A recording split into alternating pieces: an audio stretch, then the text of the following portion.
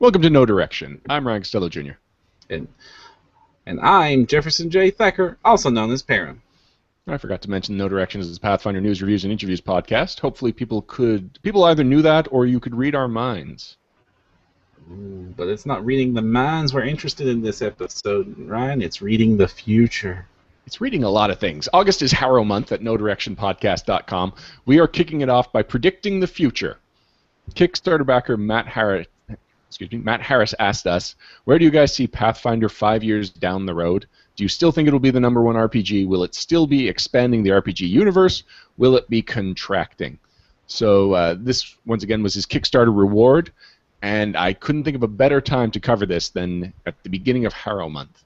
So, Param, go ahead. I said, oh yes, a good time to do it, especially also since Harrow month is also Gen Con month, and we'll have the answers to a lot of these questions next episode.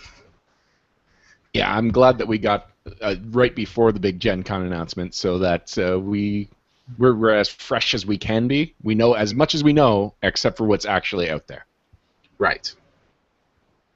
So he's broken it down into a lot of questions, but the big one is, where do you see Pathfinder 5 years down the road? So, Param, do you have any broad thoughts on Pathfinder, the health of Pathfinder as a game, as a franchise, and Paizo as a company? Okay, well, to start off any discussion of where Pathfinder's going in the future is kind of difficult because Pathfinder shouldn't have happened. Like, there's no logical step of predictions, conclusions that could have predicted Pathfinder happening. It's lightning in a bottle. So it sort of is breaking all the rules about what we can think usually happens in these situations. Now, that said, I don't, to lay the groundwork, in 5 years, I think we will definitely still have a very strong Pathfinder presence. The role-playing game will continue to be published and coming out. I also predict that the card game will likely still be continuing to be published and coming out. It's an easy one. Now, let's actually, I want to take a stab at the card game. No, you know what? I'm going to collect my thoughts. You continue what you were saying. Okay. Well, I think that they'll both definitely be coming out, and they'll both be healthy products. I think we'll get the same number of books coming out every single month that we get now. I think they found their nice little equilibrium. They've kept this solid for about 3 years now, and it wasn't too different from that 5 years ago. I would not be surprised if another set of offshoots of Pathfinder as a brand are also introduced during that time, so not just the role-playing game, not just the comics, not just the card game, but I wouldn't be surprised to see something like a Descent-style board game or some other Pathfinder-branded off product that, you know, will supplement the game and be fairly popular, like the card game was. Now, again, the card game shouldn't have happened. It invented the genre. Like, it invented a genre, and I'm also predict that we will see imitators of them starting at Gen Con this year and then continuing. We will see imitators to the Pathfinder card game. Now, I don't know that it will be the behemoth that it is now. I hate to say that, but things peak. And over 5 years, it's either going to continue to be the behemoth or it's going to sort of contract a little. I think Pathfinder has reached crazy levels of success right now. When you start seeing things like the dice game come out and then disappear, and various other branding initiatives forming up around it. We've joked about Pathfinder the breakfast cereal, but I have to assume somebody has pitched it. And things like that just can't keep going. That amount of energy, that amount of hyper focus, I don't think can keep going on any particular product over a lot of years. Now, I definitely don't think it's going to be going anywhere, but I think that it will still be one of the top role-playing games in the world, though I assume that it's not going to be the overwhelming behemoth it has become, where it's selling, well, the current estimates has it like double or triple anything else right now. and I don't see that happening. I think that this coming year is going to be a very good year for a different edition of a fantasy game, and then depending on how that goes, will determine how Pathfinder goes. We aren't the only ones that are predicting the future of role-playing. The ICV2, the latest magazine that kind of just it's a trade magazine for gaming and comic hobbies, and they are predicting the near future for the role-playing game hobby because they're just projecting it based on how role-playing games are selling and what the buzz is in the stores. So even though Pathfinder has been the #1 game since 2011, everyone is predicting that 5th edition will overtake it as the #1 game. What surprised me is that a lot of the ICV2 experts, they weren't particularly optimistic about Pathfinder. When asked to rank the most likely, or the game that people are most likely going to be talking about in the next quarter, the top 5 games don't even include a Pathfinder title. More people predicted that the Valiant comic book role-playing game would do better than the Pathfinder role-playing game, which is a proven success. Now, it could just be because of the way that the rankings were made, and it's not everyone do their top 5, just everyone pick your #1. Although then again, Dungeons & Dragons should have just been everyone's #1. I mean, I have a lot of respect for Pathfinder, and my confidence in the ability for the crew producing Dungeons and Dragons to continue to produce it has wavered for various reasons that we don't go into because we try not to become a negative podcast. We don't want to be seen as the anti-D&D podcast by any means, especially since the whole network was founded on the love of D&D. Mm-hmm. But the launch year for a D&D edition, even 4th edition, is huge for D&D. And it would be crazy to think that this August and early spring, at the very least, will not be a very, very good year for Wizards of the Coast. I'm going to make a couple of predictions about how well 5th edition is going to do, because Pathfinder's future, I think, will be directly impacted by 5th edition.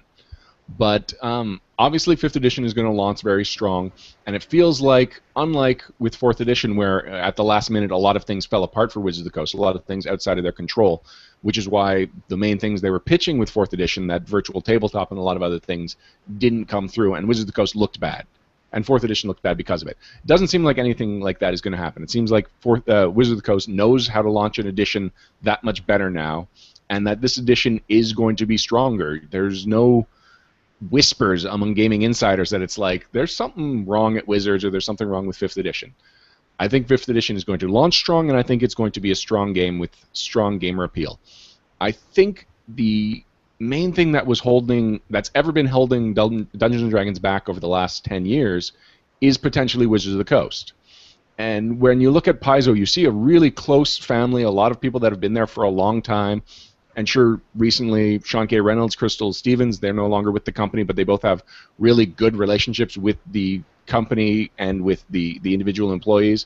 Like, that's a really healthy and not addictive, but it's a comforting work environment, and we as gamers like to look at Paizo and know that not only do they make a cool game, but it seems like a cool place to work. Whereas Wizards of the Coast has this bad tendency to lay people off in December right before Christmas.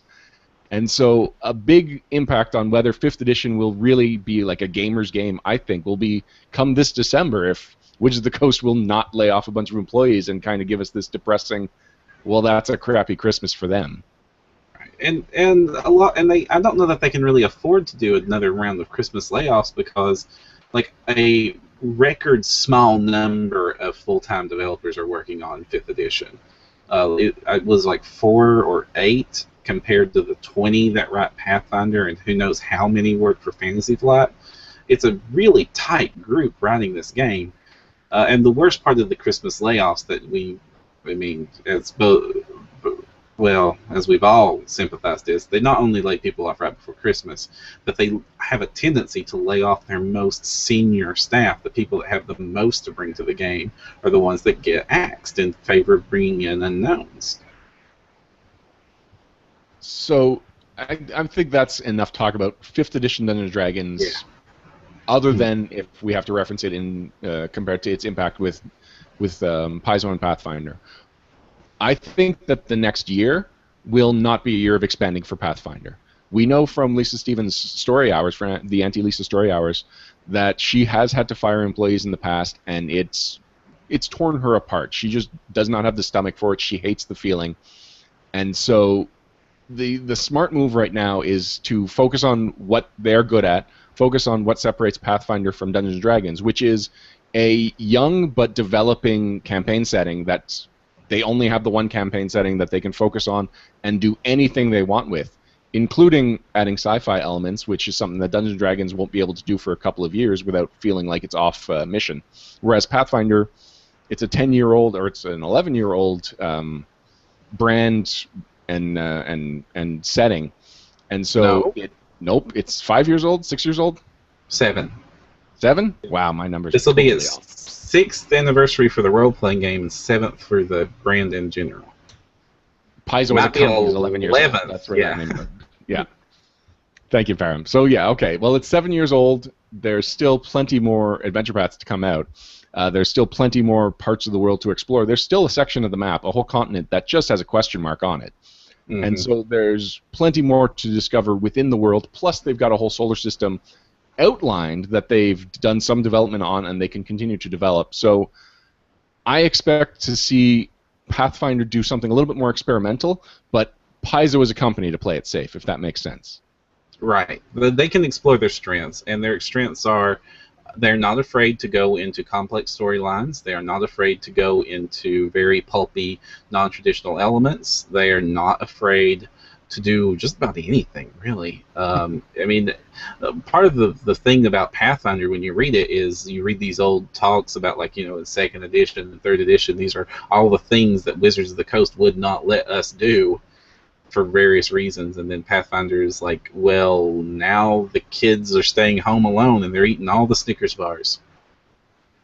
And I think you're right. I think, yeah, this year, play it safe. And the numbers are just so different for a small company when contrasted with Hasbro. The what is considered a success is different. I mean, if you remember back in the early days of Pathfinder, they were talking about success would be in the low thousands of copies shipped. We do not have official numbers, but I can guarantee you they do not measure in the low thousands anymore. But the whole company was still producing books about at the pace that they're producing it now with those sales figures, and it has the advantage that the subscriber base pretty much absolutely predicts what a good thing's going to sell for, so they're going to have a well in advance warning on how to adjust their numbers accordingly. So yeah, I think it will continue to be a strong presence. If it won't remain the #1 RPG out there, it will definitely still be on the top 5 for the foreseeable future. Yeah, and ICV2, I really like them, but they always get these early predictions wrong. They just do. They didn't predict Pathfinder coming. They didn't really expect what it did. They sort of downplayed and found excuses to write about as to why it was performing as well as it was, or kind of like denying that it really was selling as well as it was, until it became obvious that nope, it's crazy sales. What you said earlier reminded me of something I heard Eric Mona say in a presentation at NeonCon 4 or 5 years ago. He was saying that when Alternity came out, which was a science fiction role-playing game based on 2nd edition Dungeons & Dragons, and it was published by TSR, I believe. Yeah, it wasn't Wizards of the Coast yet. It was considered a failure for TSR, but would have been a success for any other publishing company. And that's pretty much the position I think Pathfinder is in. It's privately owned, and it's okay. The number of employees has expanded quite a bit over the years, but for a leader in its category, it is still a fairly small company, and that's good. That plays to its advantage going into a major competitive year. And Eric Mona has also said that having competition is good. Now, Pathfinder's been growing for the last year without much competition from Dungeons & Dragons, but there are advantages to having a major player just doing a big rush for role-playing games in general, where we might start seeing role-playing games in Target, in Walmart, in the whatever they call the big box retailers. And once a role-playing game starts getting into there, two things are going to happen. One, it means that a hobby store, a gaming store, might become more Pathfinder territory, whereas the big box stores will become more Dungeons & Dragons territory. And it just means that a product like the beginner box has a greater chance of getting into a Target store if suddenly Target has to go from just having a Dungeons & Dragons section in their gaming section to actually having a role-playing shelf and wanting to bring in more things, Star Wars role-playing game and a couple of other bigger name things in the category. Well, I hate to just outright disagree with that one point, but they've been predicting for years, even at the height of the D&D boom, that we would start seeing role-playing game sections in Walmarts and Targets and whatever the Canadian versions of those things are. Or it used to be Zellers, now it's Walmart and Target. No, oh, sorry, but that just hasn't happened, and the real reason is, as much as we love this hobby, as much as we really get into it, and as much as it starts to grow in popularity, I mean, when you start having PAX Expo becoming premier showcase events for these games, which is one of the biggest video games in the world, and when you start having, Vin Diesel appearing on late night talking about how much he loves his Dungeons and Dragons, it's still incredibly niche with a ridiculous entry barrier. I mean, we have to evangelize this hobby. We have to work hard on it. So I think what we won't see Pathfinder the role-playing game in any of the big box stores, but we are much more likely to see the card game there. That's true. So let's talk about the card game for a little bit. You said that you can see the card game going on in another 5 years. I'm thinking of Dominion. Now, Dominion was a breakout game in the board game hobby category. Probably the last major breakout game. There have been other ones that have had a big splash, but Dominion became its own type of game, similar to the adventure card game. It's petered out after about 5 years. There's still people that play it and love it, but people aren't buying it as much, and I don't think they even released an expansion for it this year, or if they did, it didn't have a lot of fanfare. So I don't know if the adventure card game will continue in 5 years. I think it has several successful years ahead of it still. The only reason I would assume that the adventure card game could continue to be successful is going back to Lisa Stevens, that she doesn't like firing people, and she has a whole adventure card game division right now. And to discontinue the card game would mean to close that division or to move those people into different categories. Not categories. Anyway, people get what I'm trying to say. Yeah. The difference is Dominion is what that does. It's not trying to prop up or be part of a larger brand. Usually when you have tie-in products that tie into larger successful brands, they last a lot longer. That's how you get things like the D&D Battles game. That's how you get things well, I kind of lost my train of thought there. But the Fantasy Flight tie-ins, where their games all tie into each other, and you have like 5-10-year runs of Warhammer and things like that, and of course Arkham Horror and the LCCG version of that. I forget. I don't remember, but anyway, yes, go on. Yeah. But deck building games haven't disappeared off the face of the planet either. I just think of, Dominion was the first, but I do know that Ascension pretty much rocked it in popularity very shortly after, and it keeps getting expansions today. So it might have just been a case where good idea, and then somebody did it better. One of the things go ahead. And my prediction is that it will still be coming out, especially with them organizing the Organized Play program. But I don't know if it'll still be, as breakout awesome as it is with the huge amount. I think it's anything's lifespan as on the hype train is very limited, very, very limited. And I do think that they're going to be looking for other avenues besides the card game to expand.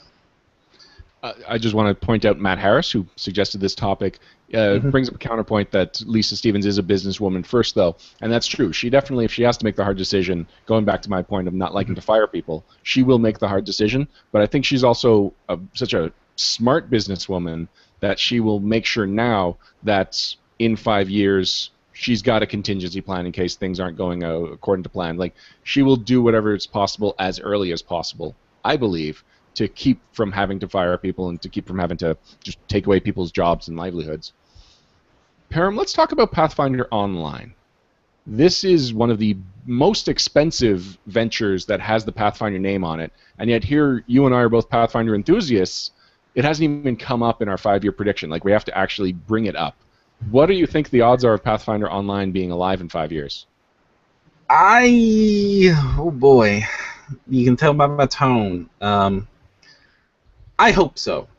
I know that it's a on paper, Pathfinder Online sounds awesome, and they're targeting the right targets. They're targeting the indie small crowd, MMORPGs. They're not going for the WoW crowd. They're hoping for everything I'm seeing. They're hoping for like a couple of 100,000 in the user base, and that would be a success story for this game. But it's already struggled once in just reaching its funding goal. It barely squeaked in. And it looks kind of rough right now, and I know this is still early production and stuff, but it does, when you compare it side by side to its competitors, the competitors visually look better. And in video games, you can do a lot of forgiveness for that. Certainly a lot of games that focus on stylistic choices or even just are not as technically apt as other games can proceed. It's still another hurdle they're going to have to go up against when they're doing that. So I'm not going to write it off, but it definitely has more of an uphill battle than any of the other Pathfinder brands have ahead of them. They've got to, and especially since the crossover audience is so small. This started development, or at least publicly started developing, in 2012. In that time, World of Warcraft has lost 6.8 million subscribers. And World of Warcraft is the leader. This is according to PC Gamer article that just came out yesterday. No, they have 6.8 million subscribers. Oh. They lost 5.7. Not a big difference, but... sorry. 5.7 over 4 years. Over the last year, they lost 1 million. So of the 5.7, most of it was before the last year. So if there was a downward pattern in massively multiplayer online games, it leveled out a little bit. So the worst of it was a couple of years before. So if Pathfinder Online was in development a couple of years before that, it would be in an even shakier spot. Now it's better than it was 3 years ago, but not as good a position as it could have been in 5 years ago. Well, a lot of this actually has less to do with World of Warcraft's success and the MMO success in general. Now, is the MMO total audience down slightly? Yes. But what has happened really is you have to understand a few things. MMOs is my other huge dedication that I research and look into obsessively. You have to understand about World of Warcraft. It's a 10-year-old game this year. And they have not released a new content patch for it in 13 months. And that is... I have no idea what they're thinking doing that, because with the MMOs, if you don't have new things to look forward to work towards, then you're just sort of standing there. And when you have nothing to do, you start asking, why am I still paying $15 a month to play this thing? I think I'm just going to drop and come around when they release something new. But then you fall into the trap of, well, do I really want to try this out? There's all these other nice games out there. And the other thing you have going against World of Warcraft is it established a very strong formula. In the theme park, it's called the theme park version of massively multiplayer online role-playing games, where you're pretty much just along for the ride, leveling up and experiencing content, but the content just resets itself for the next person behind you to just go ahead and do the same thing. So I can go do this really epic siege of Ogremeyer where I storm the orc capital and take down the king of the orcs, or actually he's not a king, he's the I forget his name. The warlord, yes, the warlord of the horde, and it's huge and it's epic and there's explosion. And it's really fun the first time, but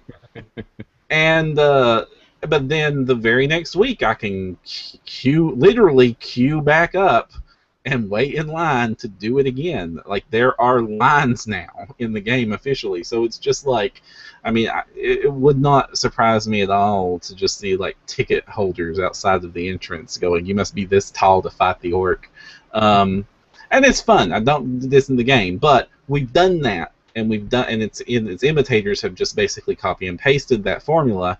Lord of the Rings, Rift. Gosh, just about every major MMO, all the way up to the brand new one, Elder Scrolls Online, is just slight tweaks on this formula that gamers are just mostly tired of, or a lot of them are, and they're looking for more different experiences.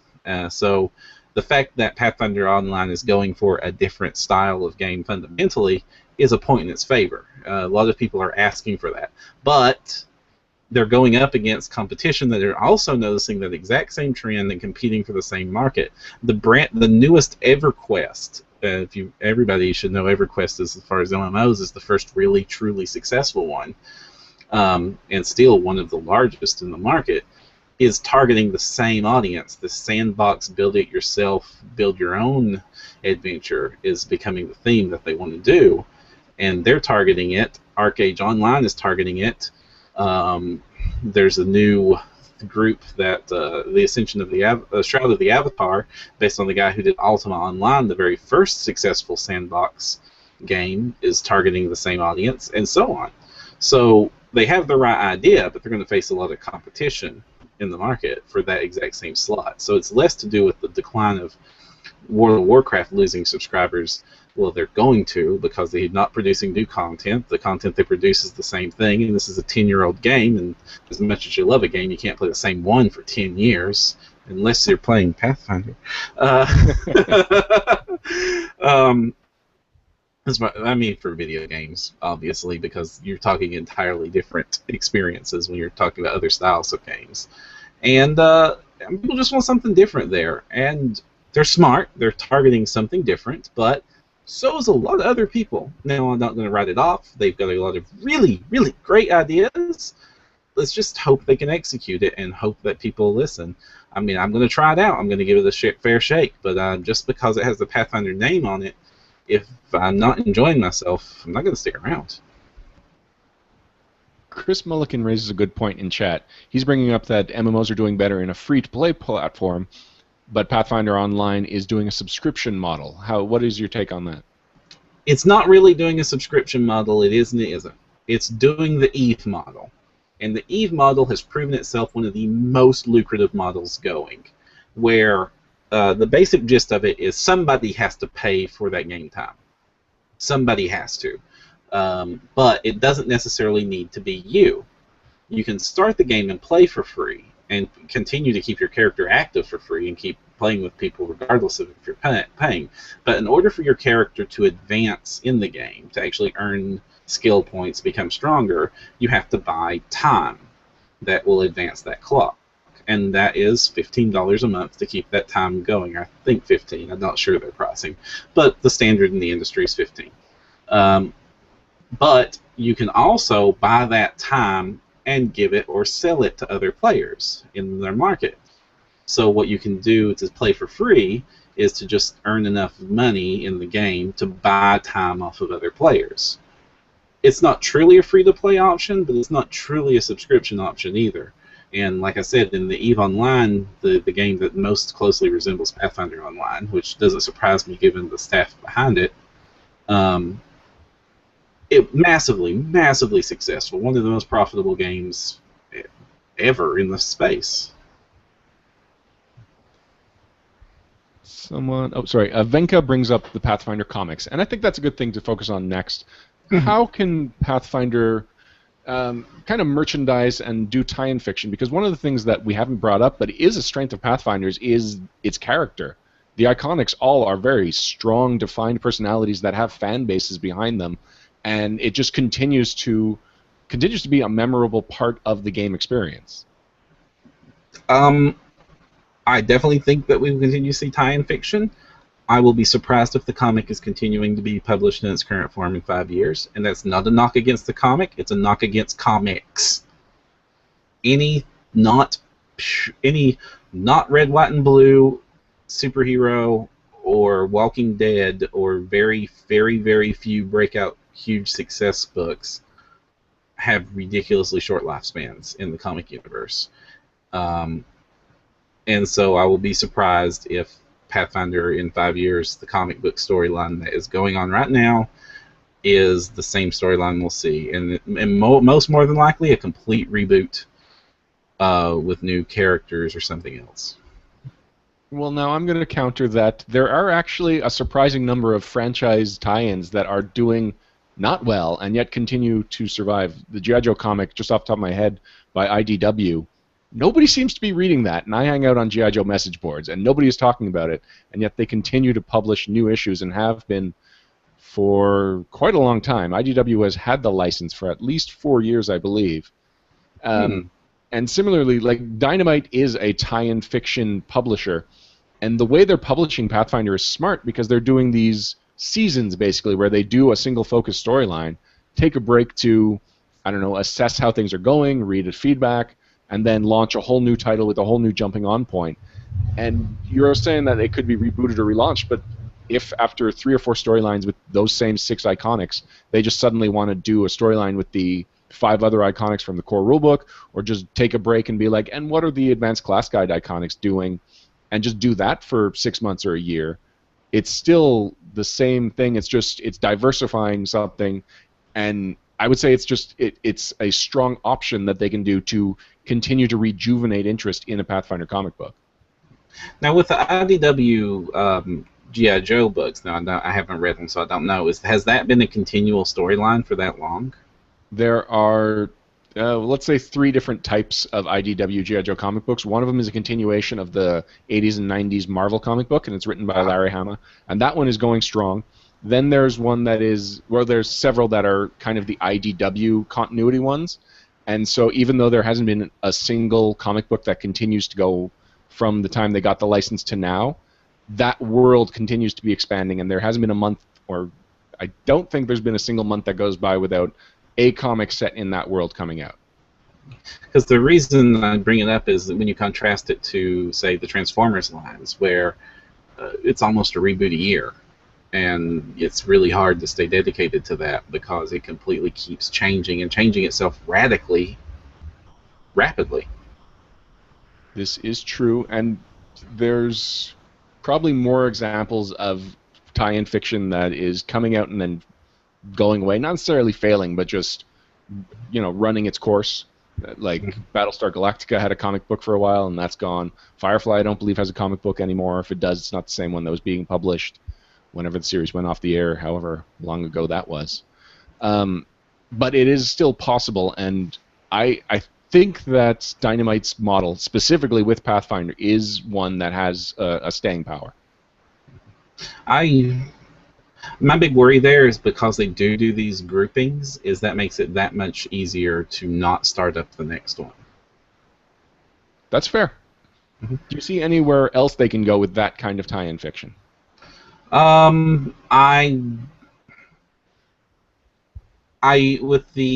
new media, we are part of new media. But more specifically, the Netflix Amazon model.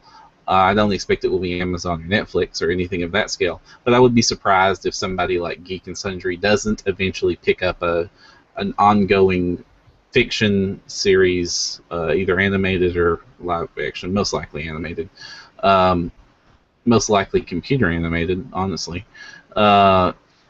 serialized fiction for the web. No. Okay, you did mention Geek and Sundry. I was going to say that with Amazon and Netflix, you're not bringing up the YouTube option, but that's exactly what Geek and Sundry would be doing. So, right. Okay. I'm talking about a player of that scale, the machinima scale, that kind of scale. We're talking like a Forward Unto Dawn Halo series type of setup, where low production values, but not horrible production values, but 5-10 minute episodes, not very long running type of setup. I imagine we'll start seeing things like that by that point, especially as the tech becomes cheaper and cheaper and cheaper and easier and easier and easier to get that sort of content out there. Can you see any other avenues that they can expand. I mean, I don't think Pathfinder is going to be big enough for a movie. If it's not big enough to have a movie, even a made-for-TV movie produced at this point, I don't see it happening in the next 5 years. So Well, what else could they do? well, I'm not sure where, but I and I might be wrong, but I believe that it has been pitched to them multiple times, and they've just not liked the pitches. So Okay. it could very easily happen. We might hear about that next Wednesday or next Friday, actually, when they do the announcements. Um, and that's the sort of thing they like to really keep close to their chest. Um, and I don't have any hints of anything like that happening, but I do know that during the height of Pathfinder Mania, when we were talking about the comic books first coming out and stuff like that, that things like movies had been pitched, just not successfully. So I think it's definitely big enough to get something like a made-for-TV movie, or Kevin Sorbo stars in, because he'll star in anything. And I love Kevin Sorbo. Please continue to star in anything. You and Dean Cain make sci-fi movies awesome. So I think it could very easily happen. But like I said, I really predict the web series side of things much more accurately. I do think we'll see, like I said earlier, I think the most likely avenue we're going to see Pathfinder expand is another offshoot game, like the card game. I predict a Descent-style board game, kind of like Return to Castle Ravenloft for D&D, or something like that, that's more traditional. If I'm surprised something like that hasn't come out already. And that's a safe bet.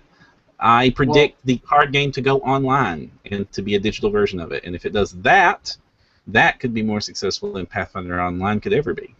I was about to bring up Hearthstone, which is kind of the next evolution of World of Warcraft.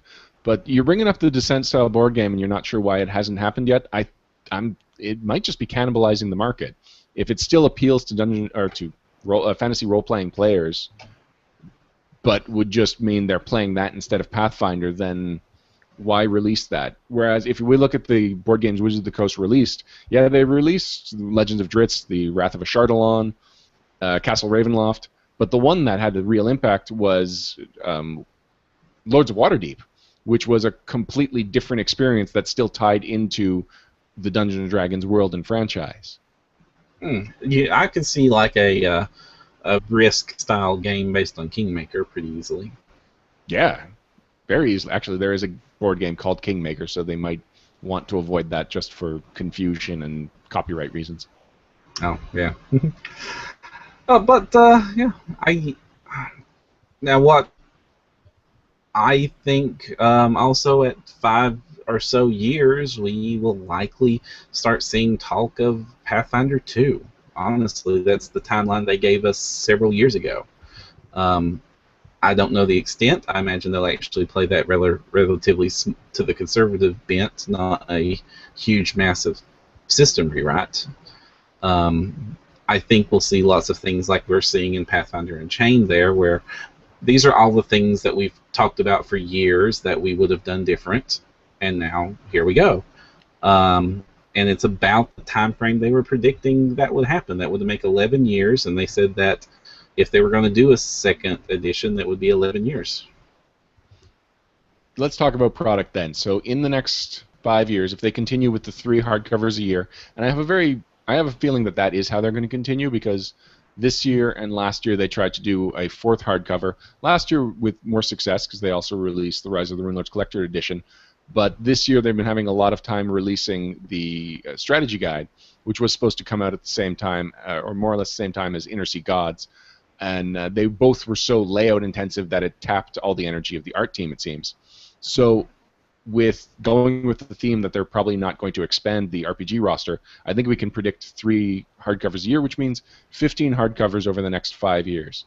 What do you think are some of the topics they could still cover? Okay.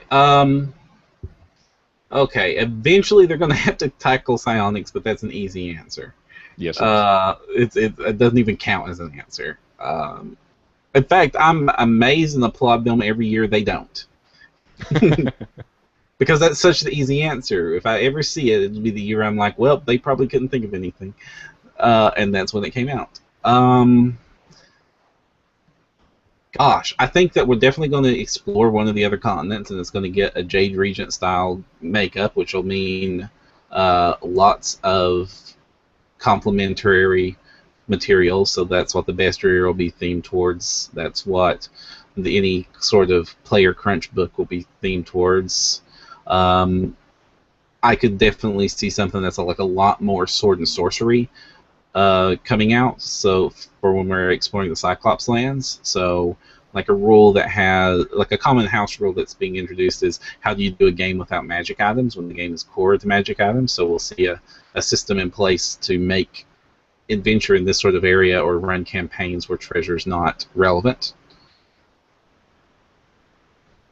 All right. And an entire hardcover dedicated to that?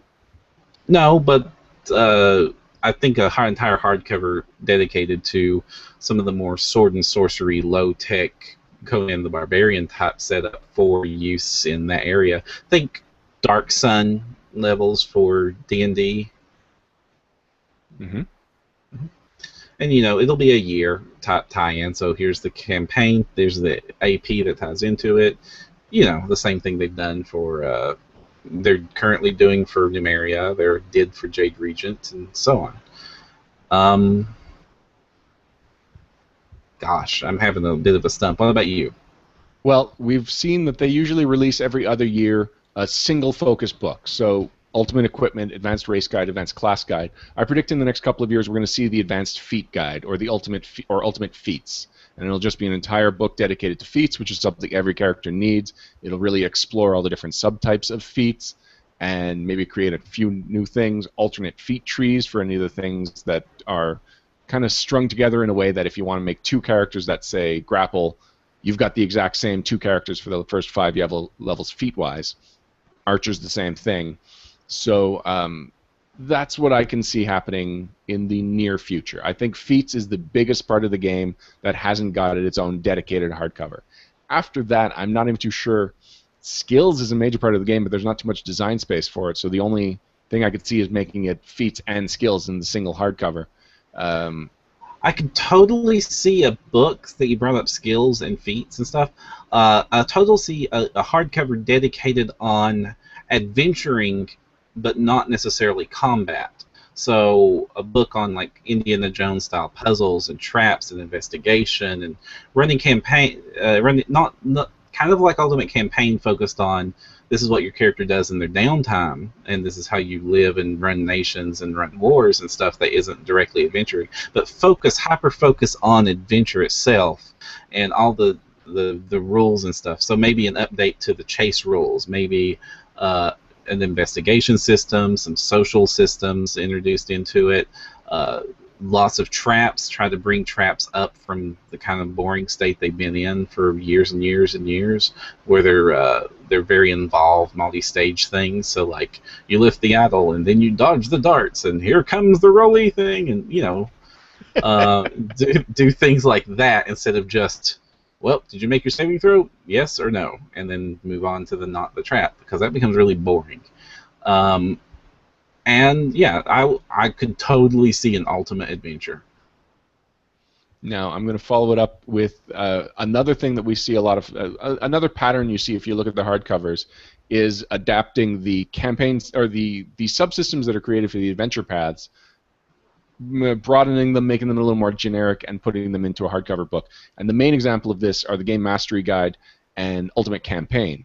So I can see another book coming out that takes some of the subsystems that are being created, although I am having trouble thinking of subsystem examples, because Wrath of the Righteous had Mythic, which already got its own hardcover, and before that, Skull and Shackles had Vehicles, which was in Ultimate Combat. But I do believe in the next 5 years, when we'll see 10 new adventure paths, some of them will have new subsystems, and those subsystems will then be ported over to a hardcover that's kind of another Ultimate Campaign, kind of, here's a bunch of subsystems that can enhance your game. And also, the Advanced Class Guide is sort of, not really, but kind of touching a lot of ground that the Advanced Player's Guide was touching on. I could definitely, I know that we don't want splat book after splat book, but there's probably been enough time and design space that a new revisit on magical and martial characters could happen again. There's something that was brought up in chat by WereBuffalo42. He asks if there's any word on Pathfinder planning a historical setting expansion. And that's something we could see. Pathfinder through the ages. We've already got prehistoric weapons and colonial level weapons, so what do you call them? Guns, firearms, there we go. There's a large world that evolved their technology at different paces, and so if you just keep looking at examining different parts of the world other than Europe and a little bit of North America, you'll find different levels of technology that you can just expand and have an entire hardcover, or at least a section of a hardcover dedicated to.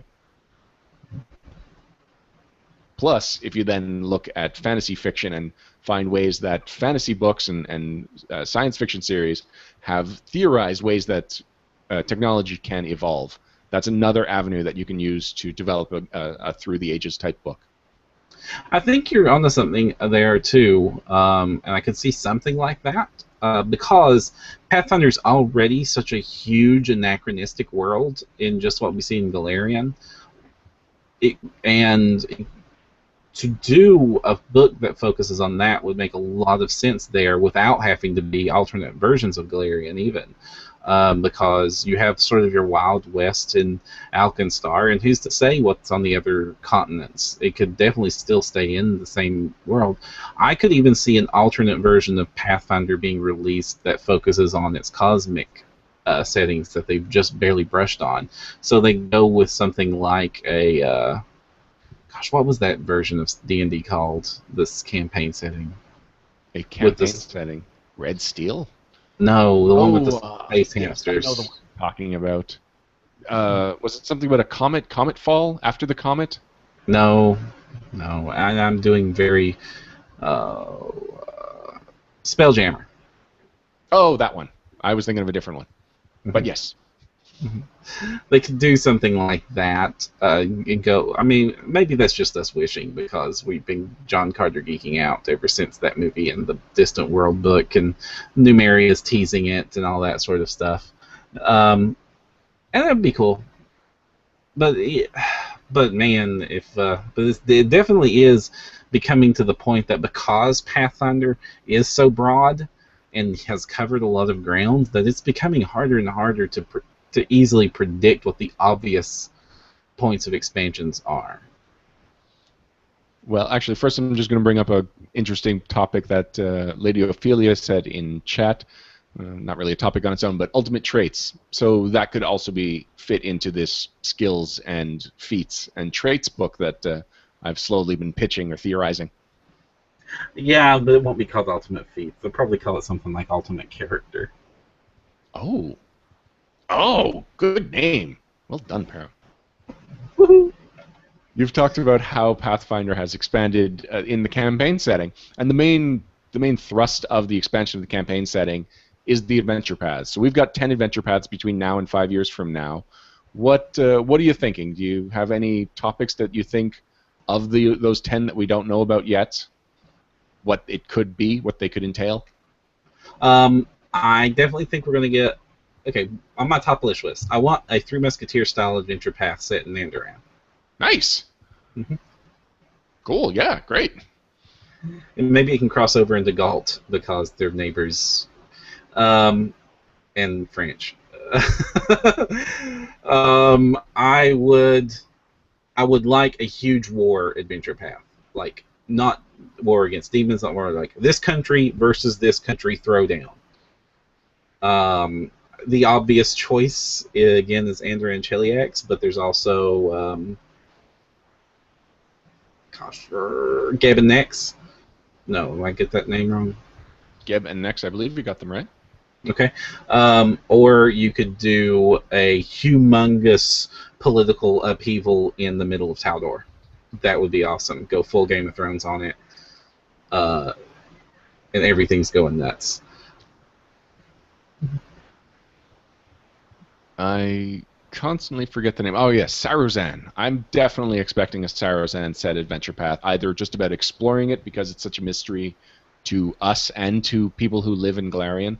So Sarazan is sort of this mysterious Australia analog, and there's enough like myths and legends about Australia and its giant bugs and how the continent is out to kill you that I can see it being a fun exploration one that hopefully they could find ways to separate it from Serpent Skull, which already has a similar feel to what I'm proposing. What? Go ahead. Oh, sorry. I'm interrupted you. I was going to move on to the next one, so if you have a Sarazan comment, now's the time. No, I had a suggestion for one I think I would definitely love to see now. And this is probably Guardians biasing me because that movie was awesome. Is a scoundrel adventure path set in Karamaga. Oh, nice. I like that very much. Work the criminal element, the really dark, pulpy undercity, corruption everywhere. And then, okay. When people talk about the zany adventure paths that are never likely to happen, one of them was the Numeria one. People often complain about Eastern influence, and yet we've got Tian Sha. So of the trifecta of ridiculous things that some people hate, but some people would really love to see, what's the third corner that's missing, Param? Gosh. The answer is dinosaurs. I want an entire dinosaur riders based. But wait, we had dinosaurs. We did? What was dinosaurs? Serpent Skull. Oh, Serpent Skull. Yeah, I don't know enough about Serpent Skull. So Serpent Skull was full on. You've got your dinosaur allies, and you're fighting people with their dinosaur allies. Well, no, it's not full on, but there were definitely a good number of dinosaurs.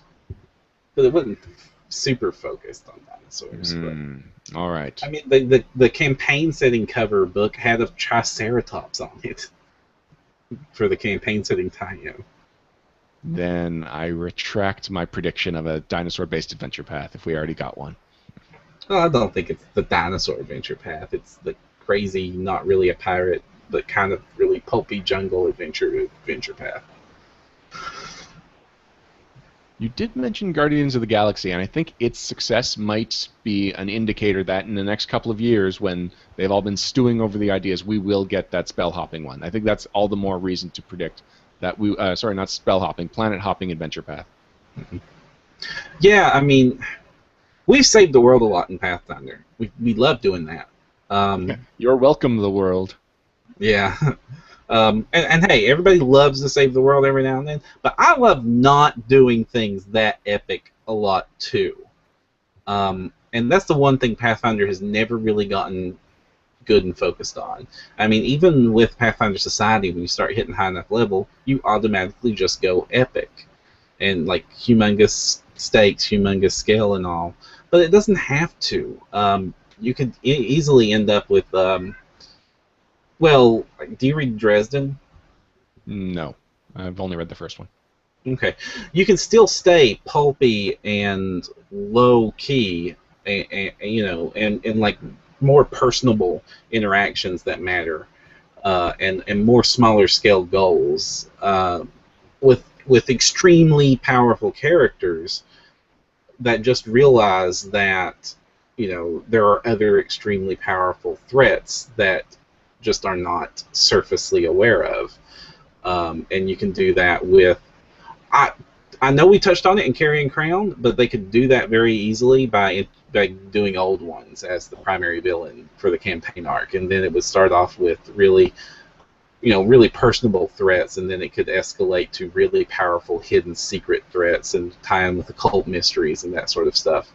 That you don't have to go, now we're saving the world just because we can blow up planets with their 9th level spells.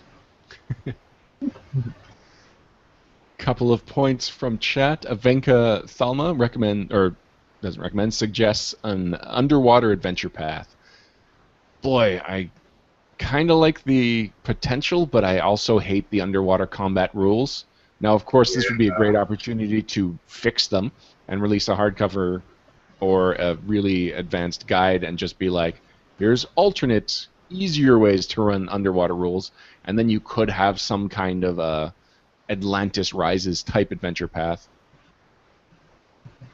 And Where Buffalo 42 just says Victoriana, Steampunk, Aslant. Thoughts on any of those?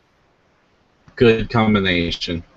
And we haven't, as much as we tiptoe around this lamp, we haven't actually gotten a full-on dive into it. And Emerald Spire does a lot of Aslant stuff, and it gets very steampunky.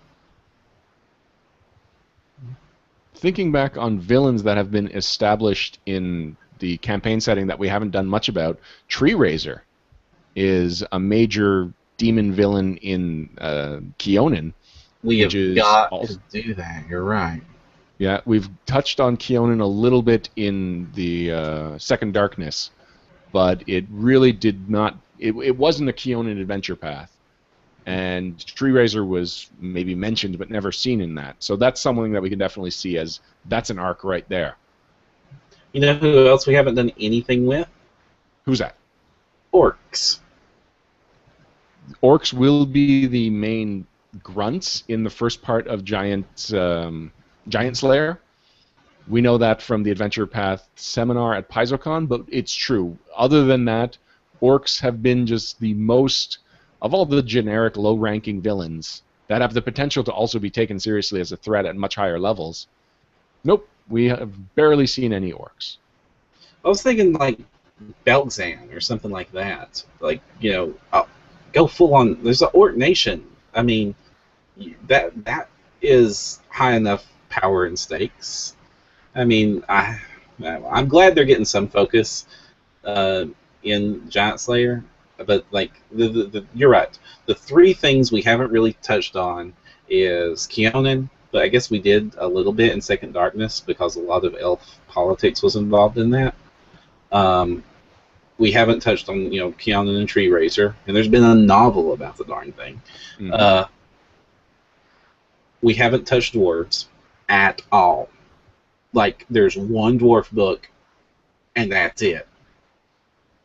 For one of the three primary races, or the four Tolkien-esque races of fantasy, I'm surprised that we have ignored dwarves this long. Well, James Jacobs hates them, but Rob McCreary loves them. Mm-hmm. So those are the two guys that are in charge of developing the adventure paths. And as long as Rob can convince James that it can exist without bothering James, I guess, we could potentially do it. Because, yeah, there's so much setting, there's so much visuals, so many visuals associated with dwarves that we could explore. And there's actually, as far as dwarf personalities, dwarf lore, dwarf customs on Golarion, we know very little about. Nope. We know almost nothing, actually. Are there any other categories of products from Pathfinder you'd like to talk about, or should we move on to our final just like spam ideas we have that this could happen in the next 5 years? Let's do the spam. All right, my first one is Pathfinder for Kids.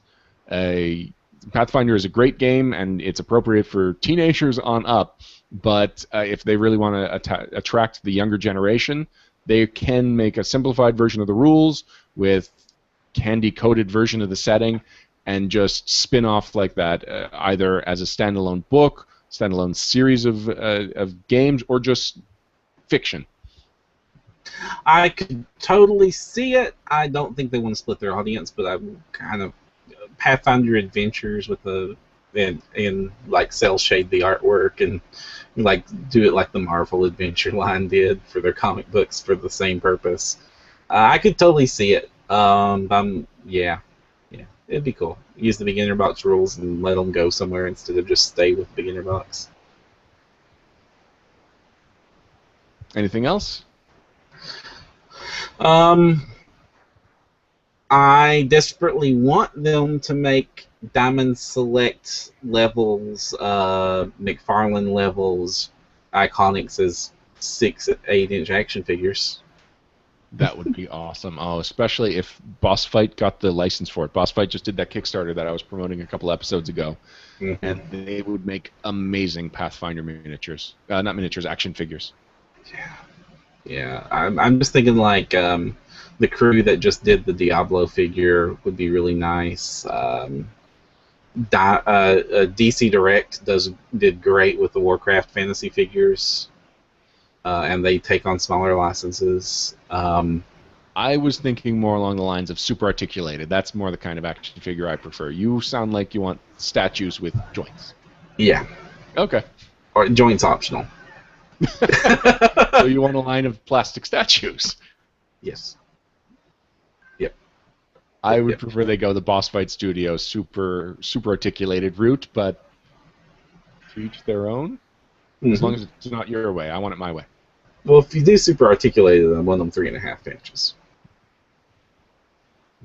I'm going to go back to what you were saying when we were bringing up Hearthstone, an app-based version of the card game. I just think it's time for a Pathfinder app. We need some kind of Pathfinder game that's, lighter, but really introduces a lot of the core themes, a lot of the core visuals, core characters, even if it's just like a Goblin Crush. I don't know, just something that really gets this to a new audience or lets people kind of get a Pathfinder fix in a different venue when you're riding on the bus or whatever.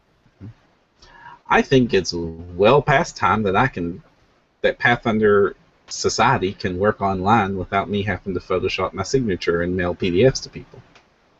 Well, we haven't talked about the Pathfinder game space because I don't know what the future of Pathfinder game space is. I haven't heard about it in months. All right, let's end on a more positive note. We got to have one more idea, something just off the wall that we can come up with. What's going to happen in the next 5 years, Param? Okay. In the next 5 years, Pathfinder co-sponsors True Dungeon instead of D&D. Oh, okay. I like that. Yep, I'm happy with that. Or along the similar lines, Artemis is becoming very popular. Artemis is almost like True Dungeon that takes place more digitally. I can see a True Dungeon in a single room using a lot of iPads, Pathfinder version. Excellent. Well, we've talked about a lot of things that could happen in the next couple of years, but right after this, we're going to talk about the things that we know will be happening within the next couple of months, right after this.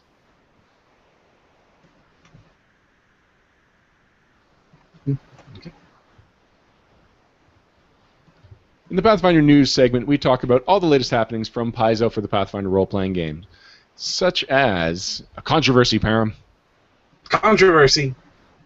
What's the big book that's coming out at Gen Con? The Advanced Class Guide. Everybody's talking about the Advanced Class Guide. It's going to be the biggest thing. It is the hardcover that Paizo is using to kind of coax anyone away from that Wizard of the Coast 5th edition table. Just remind them Pathfinder has a lot of room to be awesome still. Unfortunately, there was a major misprint on the new edition, on the first edition of the Advanced Class Guide's cover. What's happening, Param? Well, they in one of the rounds of revisions, the one that got sent to print accidentally had the Adventure Path logo, which is extremely similar to the role-playing game logo, the Pathfinder role-playing game logo. You can see right here above my head in the video on the poster on the wall. And the Adventure Path is that same logo except it says Adventure Path. And the Advanced Class Guide isn't the Adventure Path. And my first reaction was awesome. Obviously awesome for you as a collector. Yeah. Okay, it's slightly embarrassing for them. I don't imagine it's actually going to cause that much market confusion for them. Obviously, they wish it hadn't happened, and Pathfinder goes through a lot of lengths to make sure their production values are high, so I do feel bad for whoever was doing layout. But as a collector, awesome, because okay, so all the first print run have it. So if it does go back to reprint, then they did say they will fix it, because that's what they should do when you fix your errors on your reprints. In which case, one of two things will happen. Either it becomes massively successful and the reprints outnumber the original prints, in which case the collector's item to have is this original misprinted one. Or it happens Legends of Zelda style, where the collector's edition, or the first print, is infinitely more successful and sells billions and billions of copies. I don't imagine it's going to sell billions, but you get the idea. And then when they eventually do the reprint, that one becomes the low number run. And that one's the one to have. And the reason I'm bringing up Legends of Zelda style is The Legend of Zelda is famous for the NES version having a bright, shiny gold cartridge. Everybody probably had the gold cartridge. There is a version of it that is a gray cartridge that isn't quote-unquote collector's edition, and it goes for twice as much. I didn't even know this until you told me when we were prepping for this episode. I had no idea. Mm-hmm. So things like this happen all the time. And as a completist collector and a guy who hangs out at comic book shops way too much, I look for when things like this happen, because this is usually when you get on board with something and snatch it up. So another thing that has happened is a very limited version print run. Okay, there's a new Godzilla figure, just as a counterpoint. The Godzilla for the movie, it's a humongous Godzilla, because they always make one giant humongous Godzilla every time anything Godzilla starts rolling around. The first box of it was a really horrible idea, but most of the figures were produced in that box. It's a big red box, and they have a little cutout window so you can see Godzilla, but the box isn't built very right, and almost all the boxes are getting damaged in shipping, and it has lots of artwork, but then you just sort of have like this box that says Godzilla, and a tiny little Godzilla going, "Hi, I'm peeking out of here. I'm shy Godzilla." So eventually they got wise, and they made a Godzilla box that is like almost all Godzilla. They cut the little cutaway window that is like a tenth of the box. Most of the box, you see the full body of Godzilla in it. And much better idea. Very few of those out there. I don't know the numbers on that. We're still researching it because we just noticed the trend. But things like that happen. So with the Adventure Path, I feel bad, but it's a cool thing, and it's good to also be reminded that your game company is human from time to time. Though this isn't quite as bad as the time Wizards of the Coast sent me part of Arcane Power with the middle section upside down. Was that just a specific misprint with your copy, or was that a whole print run? There was a run that had that. It wasn't the entire run, but there were significant numbers of them were printed with the middles upside down. So like the middle third of the book was just flipped when they did the binding. If you're interested in the production side of the whole business, Eric Mona's post talking about this printing error was actually super insightful. He talks about how it could have been something they fixed, but they would have had to pulp a lot of copies of it and paid for some express printing, express shipping, would have cost Paizo over $100,000. What I would like to see Paizo do is, obviously they're going to sell it at Gen Con.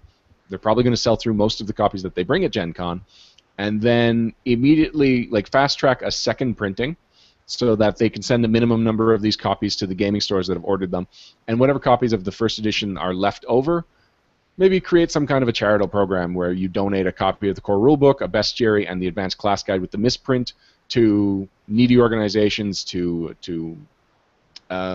libraries, things like that, so that you can set up these Pathfinder gaming programs. And, as it turns out, yeah, there's a small print problem on this one book, but don't worry about it. And so that way it will become a collector's item for guys like us, Param. A collector's item that just happens to be in the hands of needy organizations. So if they ever figure out that this is actually a more valuable item, they can resell it. And then it doesn't show up in the broad market with this misprint that's just kind of, it's not confusing, but it's just kind of unfortunate. And so they can kind of just skip over that whole thing. And I don't know about you, Param, but my gaming group owns 3 copies of the Advanced Player's Guide.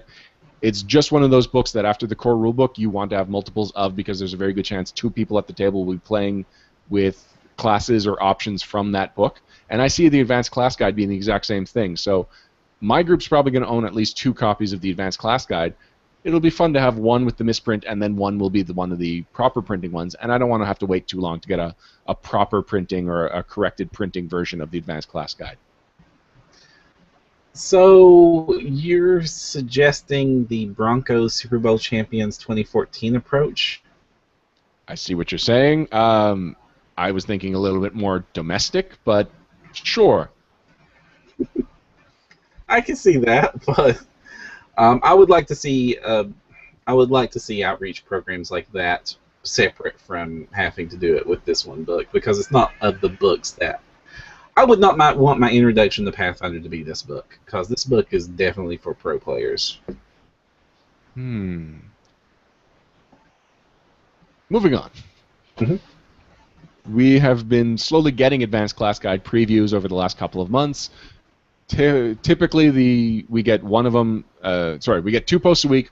One of them is an introduction of the class and how it's changed since the play test, and then a preview of some of the archetypes and other options that are tied to it. One of them is Meet the Iconic of that particular class, because of course the Iconics are a major part of how Pathfinder has been evolving its world and how we just kind of get into the game.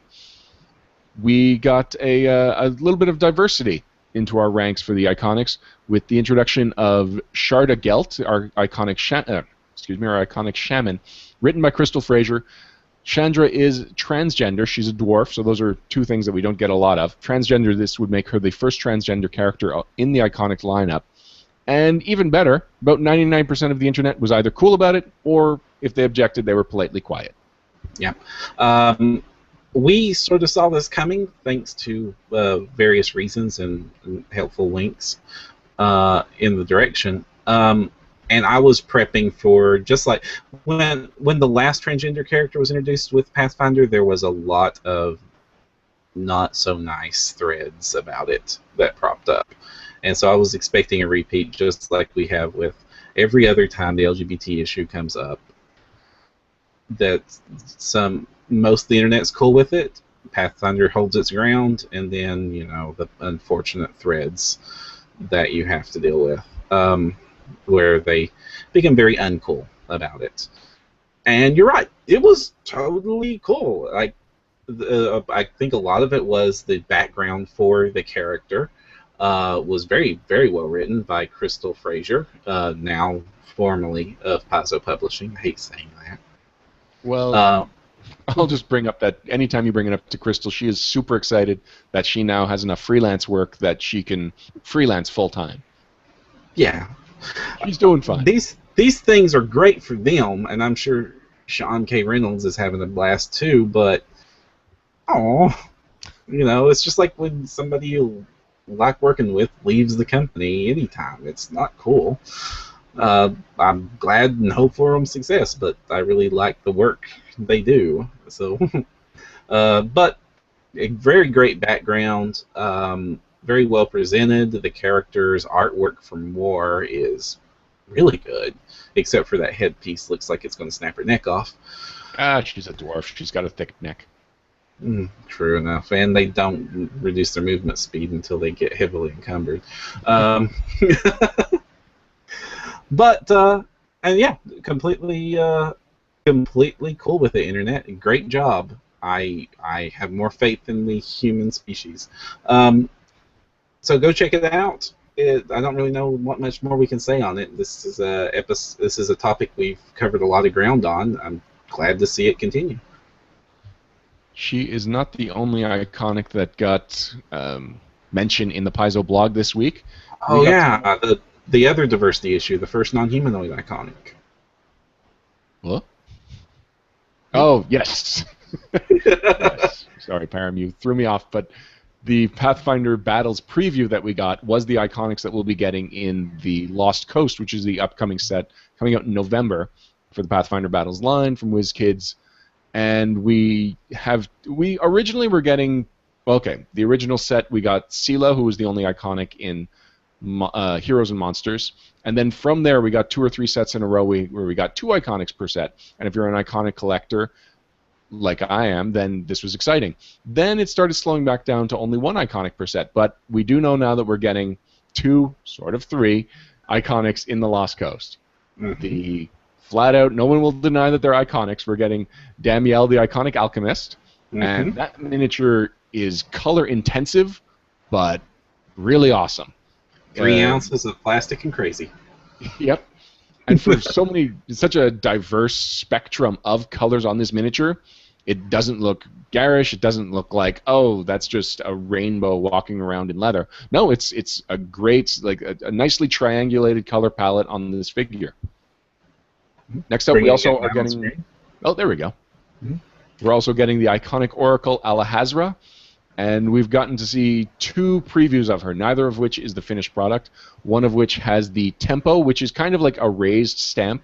So it looks like really thick paint, essentially. If you're going to run your finger along it, it'll have texture to it, which is appropriate because as an oracle, she has a curse. In her case, she's blind, and so it's almost like she's got braille on her miniature.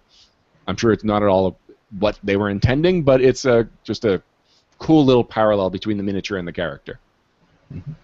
Okay. And Alejandra has a very complicated design of all the iconics, and yet it seems like such a just minimalist figure. You've got some gold on the top, a lot of white, and I think this is actually one of my favorite portrayals of that iconic character.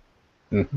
Yeah, and I've always been a really big fan of Alejandra. Her art's usually done really well. She's definitely got the whole priest character vibe going for her, but she's very non-standard in the way they draw her, especially with, again, a headdress that looks extremely painful or rare.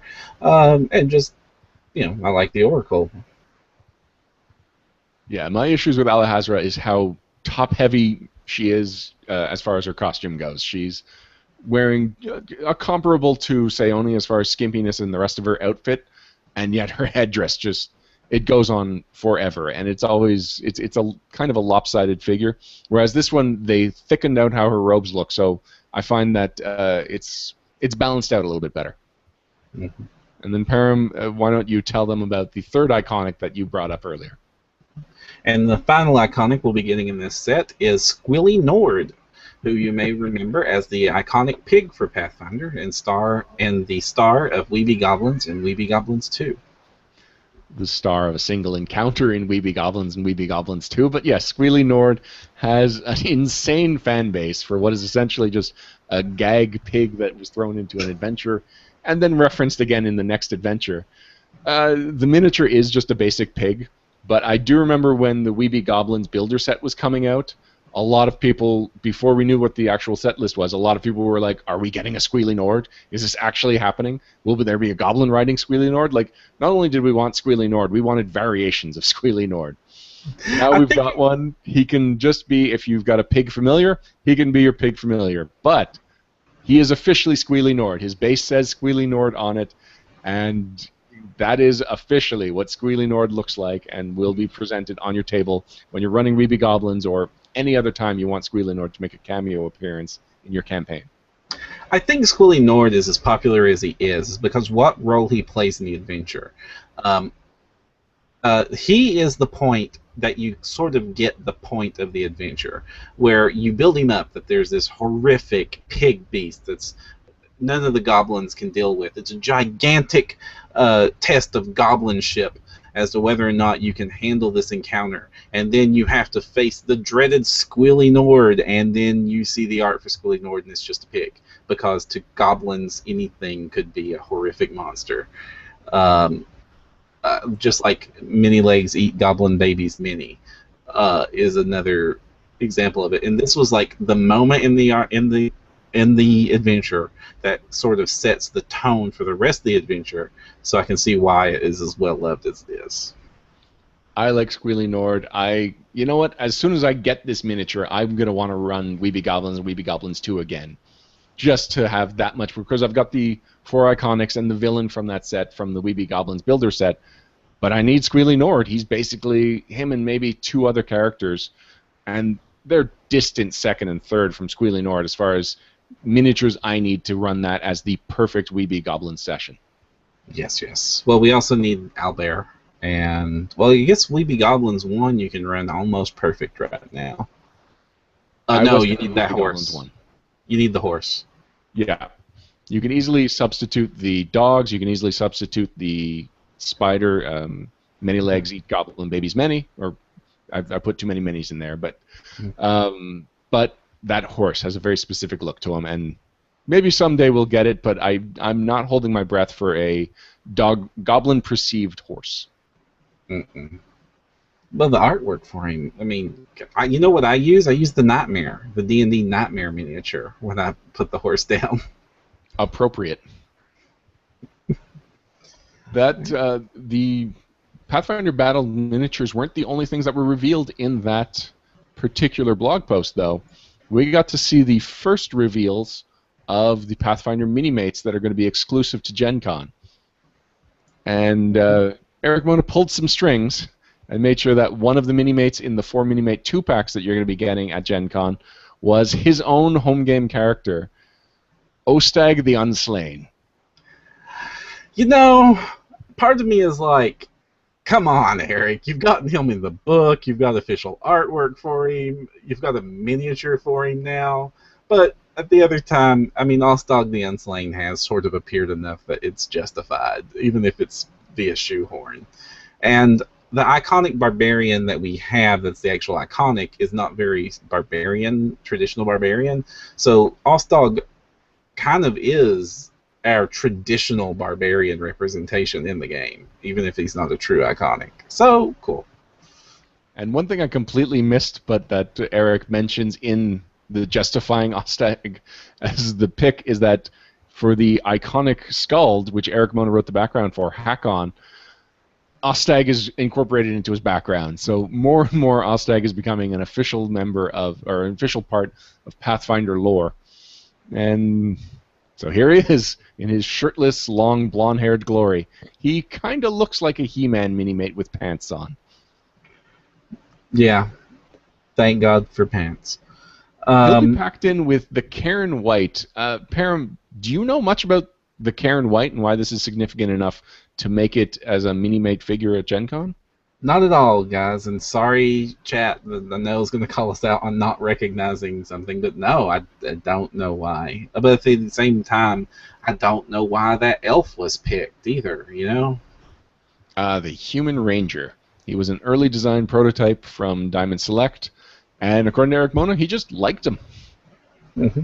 So I guess he was far enough along in the production line that they could have got him by Gen Con, and so they did. It's true. When I'm looking at the mini-mates that I'm most excited about, generic-looking elf, that doesn't scream Pathfinder to me. But obviously I'm going to be picking them up anyway because I plan on getting all 12 mini-mates somehow.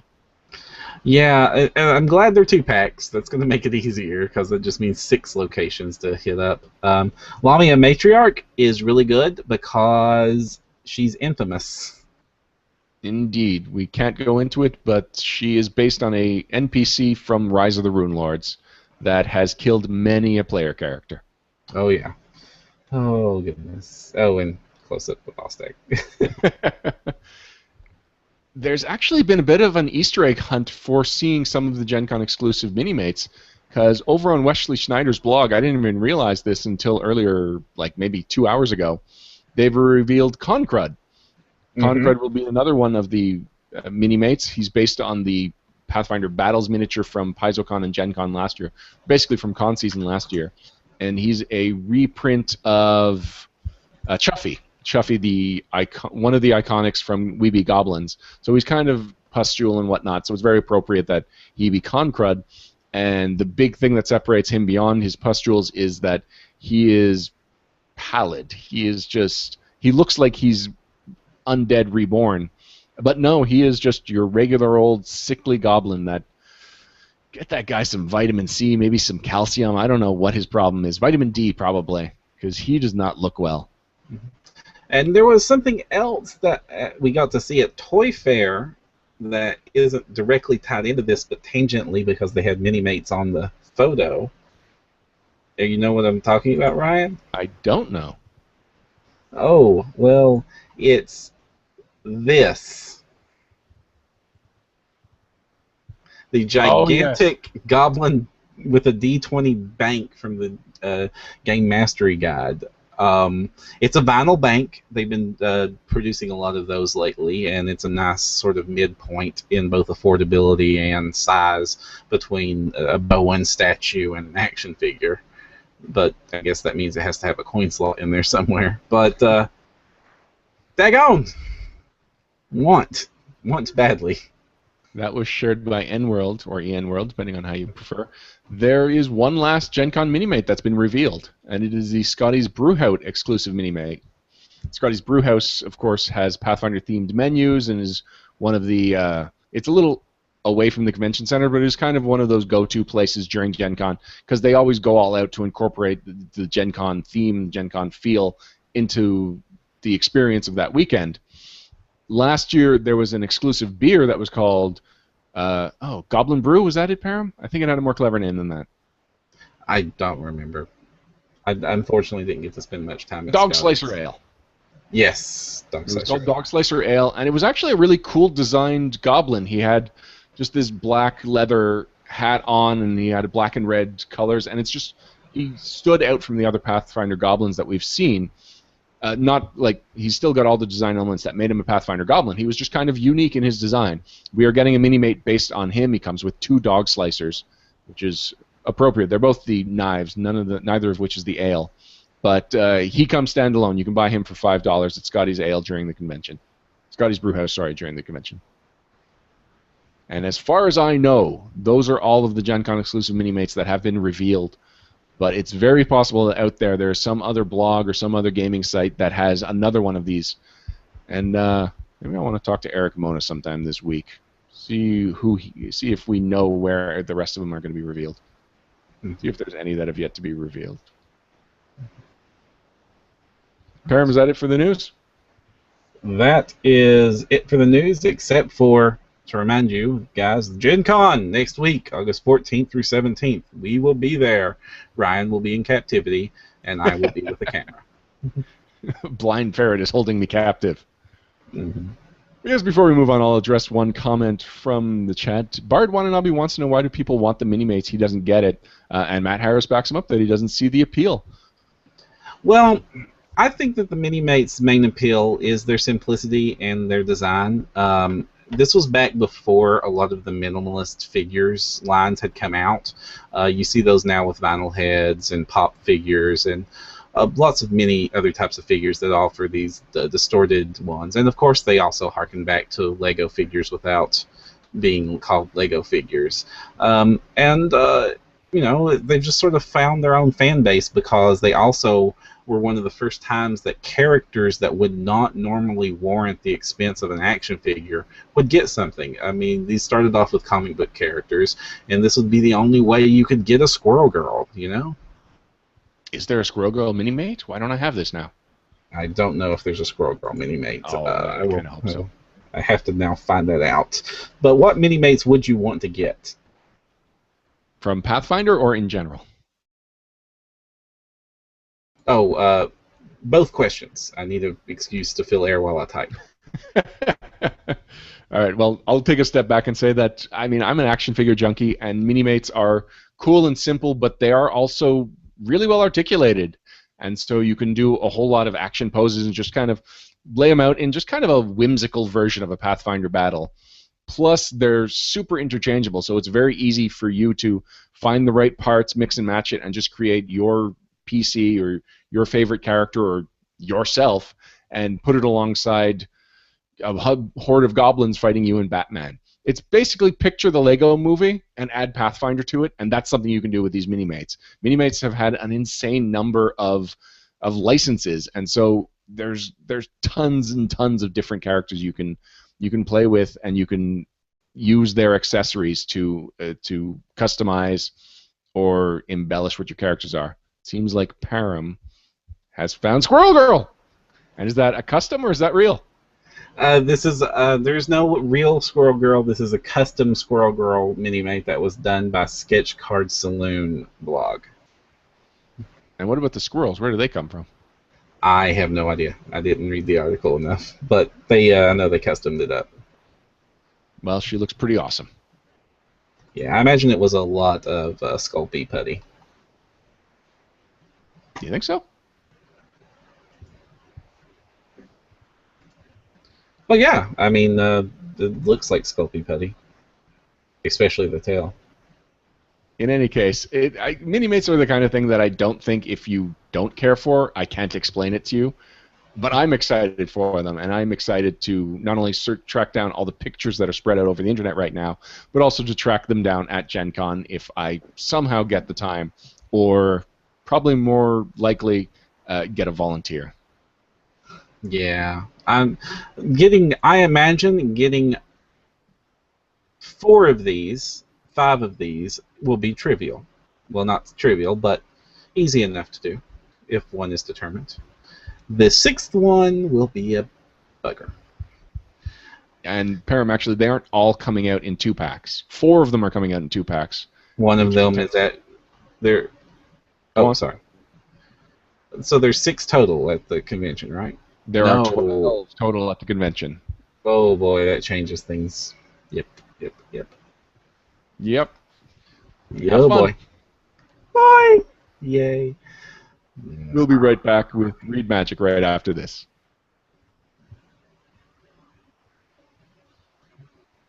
Harrow Month continues here in the Read Magic segment, and actually, these are the products that kind of inspired Harrow Month, because it just reminded us of how awesome the Harrow deck and harrowing in general is, and just actually how much potential these concepts have. We're talking about the Harrow handbook, and by extension, the new Harrow deck, the collector's edition or the special edition that came out along with it. Param and I both picked up Pathfinder Player Companion, the Harrow handbook, and we both read it, and we're both super excited. And I can say the same thing about Alex Agunas, who is doing probably the bear's load, or the lion's share, of the tie-in posts on NoDirectionPodcast.com with his new guidance articles.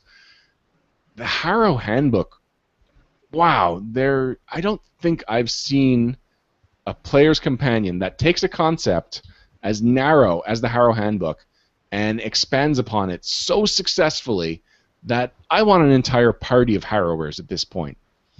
Well, you could. They expanded the concept enough to enough different types of characters that it's not just wizards that are diviners and use this thing and have this one specific prestige class. It did a fantastic job of what it's supposed to be doing.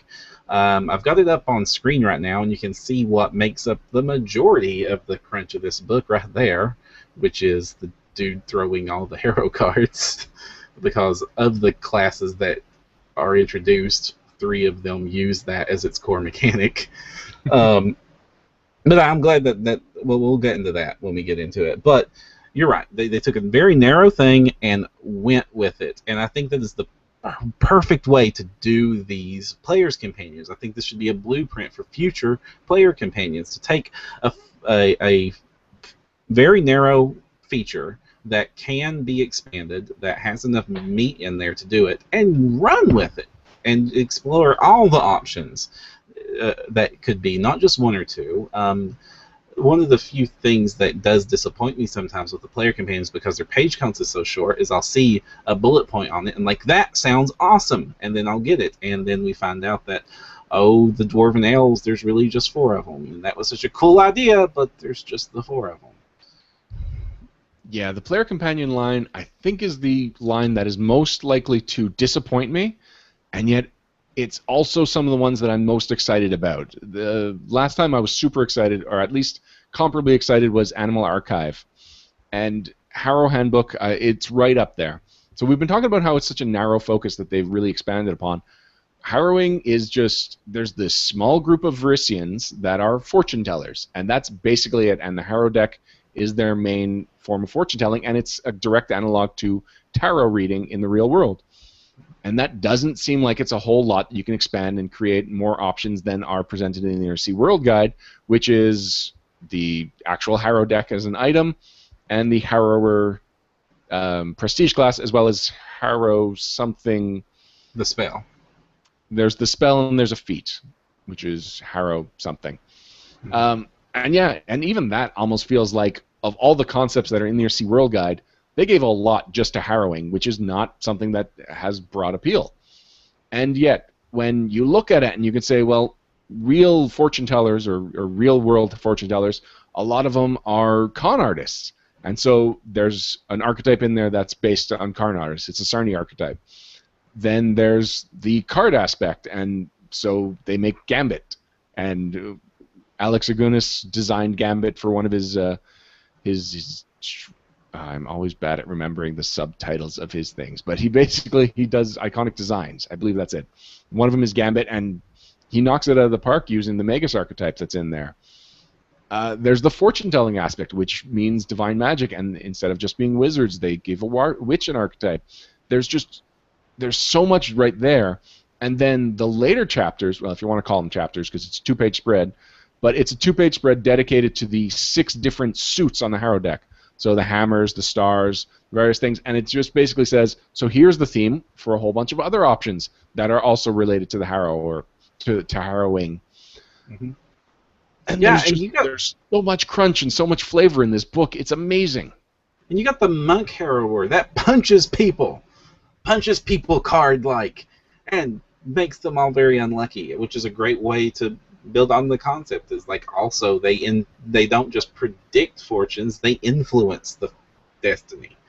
And the fact that they went so deep with this and expanded it is exactly what we wanted, exactly what this book needed. And not to mention that, it also goes into several alternate ways to do harrowings besides the one that we've known about, the little 3x3 grid, because tarot readings are done in various formats. It talks about the fact that we think of harrowing based on its obvious cultural inspiration, but also in the world there is the Absalom harrowers that very, very much believe that it's tied in with Eridan's life, and that's how it came about. And then you have the flip side and have Assyrian talking about how no, the god Nex, he gave us the Harrow deck, and it's because Assyrian's awesome. And alternate versions of this. And you mentioned the crunch that ties into that. They also, because they know that the idea of casting and magic and using cards for that magic isn't just a Eastern European influence, it is also a heavy Asian influence, and so they introduced archetypes there, such as the card summoning archetype, or actually it's not an archetype, it's just a bunch of feats that allow you to use summoning with cards, which ties into a lot of Asian influences and animes that focus on that, as well as you talked about the witch. She ends up actually using it, ties into a lot of the Asian aspects as well, where the card is her spell book, and that's how she uses her cards, is the cards are the spells. It also replaces her familiar. Yeah. Mm-hmm. Where Buffalo in chat, where Buffalo 42 says defeat is harrowed. Yes it is. Thank you, Where Buffalo 42. This is Harrow month, and so I'm going to be talking about the Harrow deck a lot. Or sorry, not the Harrow deck, harrowing a lot in the other podcasts. Kathy and I are going to talk about the flavor of Harrow, how she has brought her Harrower character to life, and just the ways that this small part of the world can actually, if you look at it really closely, be this gigantic thing that you can base a lot of characters on. And then Alex Guinness and I do a crunch episode where we talk about a lot of the stuff that's in this book. So I'm going to reserve my judgment and my detailed reviews for that. But Param, overall, what are some of your highlights from this book, and what's just your closing thoughts? Okay.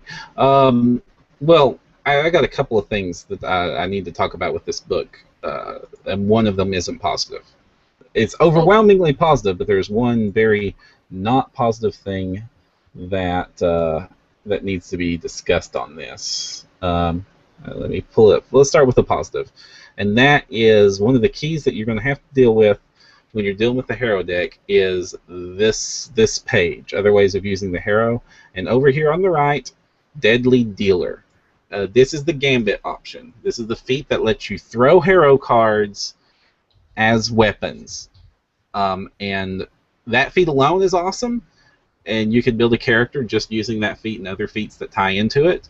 They also have magic items in the back that are magic Harrow decks and other things that tie into Harrow that will also help implement this. But that is the feat that ties into the Magus archetype, the Witch archetype, actually several of the other archetypes that I'm not reeling, where the idea is that you throw this card and hurt people with it.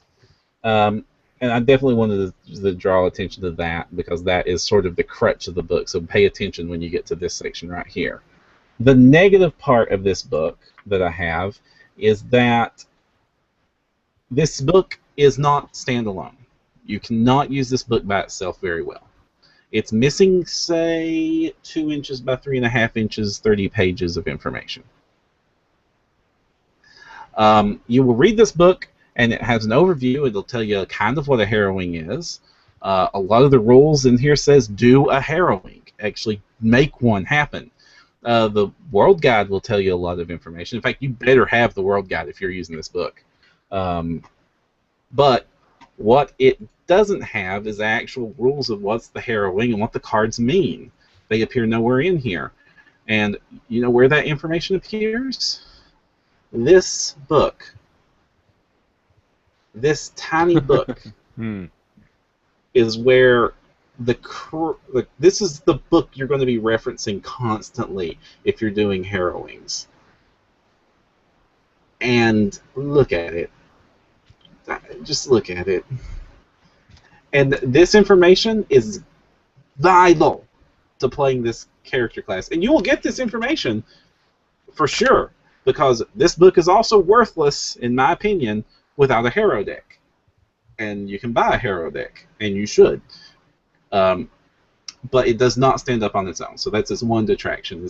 Everything in this is exactly what we wanted, but you can't use this book by itself. Paying the $11.99 for this book will get you a lot of very cool options, but you'll always feel like you're missing something, and you are. That is a fair criticism. I think just because I have been exposed to Kathy's character, I've come to know a lot more about what the Harrow deck's all about, and so I guess I missed that. But it's true, Param. If somebody is just like, this is cool, these guys clearly love this book and pick it up, that's something they should know. I understand they didn't want to reprint information, because that would be 2, 3, or even 4 pages of information they would have to reprint just to get the information in there. But I just think that, but it's my criticism for 2 reasons, and I will go with this over this a little bit. Is that, well, first, the book doesn't stand on its own if you read it, and the second reason is where that information is available is in this little, very low quality print that I understand why it exists. They do this so that they can put it inside the pack of cards, but it's completely black and white. It's kept together by a staple. The text is decent sized, at least. It's not super tiny print, but the paper's very thin, and I'm going to wear this sucker out in no time flat. and the worst part is there's no digital. There's no PDF option. I can't grab the PDF of this and make my own better printout, because this doesn't exist as a PDF even for a subscriber. This is something that needs to be brought to Paizo's attention. I will. Actually, we are now. Yeah. And if I'm wrong, chat, hang me out to dry. But there's 2 things you need. This tells you how to do a traditional harrowing, and this book, the Harrow handbook itself, very good, has and its spread, the 2-page spread is alternate spreads for harrowing, which are very cool. They do different things, and this is great. Between this and this, there's all kinds of ways to be a harrower, and I love it. And as far as the rules are concerned, A++ across the board. But the other thing you need in here is this is the only place that actually tells you what the cards mean when you're doing a fortune reading. So you're going to come back to that over and over and over again, just to sort of, well, what does it mean when the paladin is upside down in the chaotic good location, you know? You need to come back to this and reference it. And so, yeah, I kind of wish that this was in there, or at least this was a PDF somewhere, so that I could make a much better, usable version of this. Then may I recommend you check out our friends at Pathfinder Wiki at pathfinderwiki.com/wiki/Harrow. I believe I'm only just checking this now, but I believe it actually has the meaning of all the cards and possibly the meaning of an actual Harrow reading. It says how to perform a Harrow. So you could copy and paste and create your own document based on that. That's the best we've got right now, I believe. Yeah. And while we're on the subject of Harrow decks, at Harrow, the book, like I said, to use this, you're really going to want a Harrow deck. There are rules in the World Guide. Okay, first, you're going to need the World Guide. This book constantly references back to the World Guide, the harrowing, the Harrow spell, and how to make a Harrow deck in that. And, okay, you don't need it super much, but it's not going to appear in the PRD. You can get it on D20 PFS PRD or the Archives of Nethys and get that information. But it's not one of the easier bits to get. And you're going to want a Harrow deck. There are ways to just like roll dice and determine what it is, but that's no fun and it takes forever. Or to use a set of playing cards, that's no fun and it takes forever. Or a tarot deck, which slightly more fun, but not matches up. So there, in the past, there were the Harrow deck that they made because cool, why not? Especially since there's been the Harrowing, the adventure that makes heavy reliance on this, and Carrying Crown makes some reliance on this. So there's a lot of precedents for why they need it. And then with this book, they also released the deluxe Harrow deck, which is what people have been asking for a while, which is the Harrow deck, but in full tarot-sized cards. Because the aesthetics are important for immersion in role-playing game. I've always said that. I always believe in it, and it's the reason I do a lot of prop work for my role-playing games. And just to give you a side-by-side, the old cards are out of print, and you can't get them anymore. I think you could probably eBay a set or something if you could get it. And the new cards are available on Paizo's website right now for $22.99. The old cards were retailing for $15.99, so it's a little bit more expensive, but a bit better product. So it's right here. They used the same artwork. They did not make new artwork. It's the same artwork. The artwork is from Kyle Hunter. Did the artwork. It's kind of cartoony, but it kind of really works for it. And you'll notice that the artwork was playing card sized here, so I was worried we would get a lot of artwork cut off when they tried to scale it up to the different aspect ratio size, because these are taller, they're not necessarily all that much wider. But what they've done is they've basically kept the art the same size, and they put trappings around it. The new Harrow... I said smart design. Yep. And the biggest reason that you want it is the backs. This just is the logo, Harrow, and it's not quite as, immersive. It's a cool piece of art, but it's not immersive at the table. And this looks like a tarot card back, which would be, in character. This looks like a much better in character. It's easier to read in one way and harder to read in another. You can easier to read the card title. It's right here on the old cards. It's sort of at the bottom here, and it has these little pips around the side of it, and that's the alignment of the card. Mm-hmm. In the old card, the alignment symbol is much bigger and just sort of shifted location on the card, but not in the set. In the set location, but it wasn't immediately obvious what that might mean when you looked at the single card. With this one, it's pretty obvious right away, but it's smaller, and because it's so small, sometimes I have to look at a card for a second more to see what alignment it is than I would have had to with the other ones. But at least this way, the alignment doesn't cover up part of the art like the last ones did. So overall, it might be a little bit lost in the gloss of the card protector, but it's a different outline in color to represent the alignment. Oh no, higher. Okay. The alignment, there's these 9 pips around it, and whichever pip the symbol, like right here, you can see symbol appears in. When it's easier to see in person, but because it is so small, it became hard for me to notice on a few of the cards. I took it out of its sleeve, but it's still glaring because it's a card and it has a wax coating.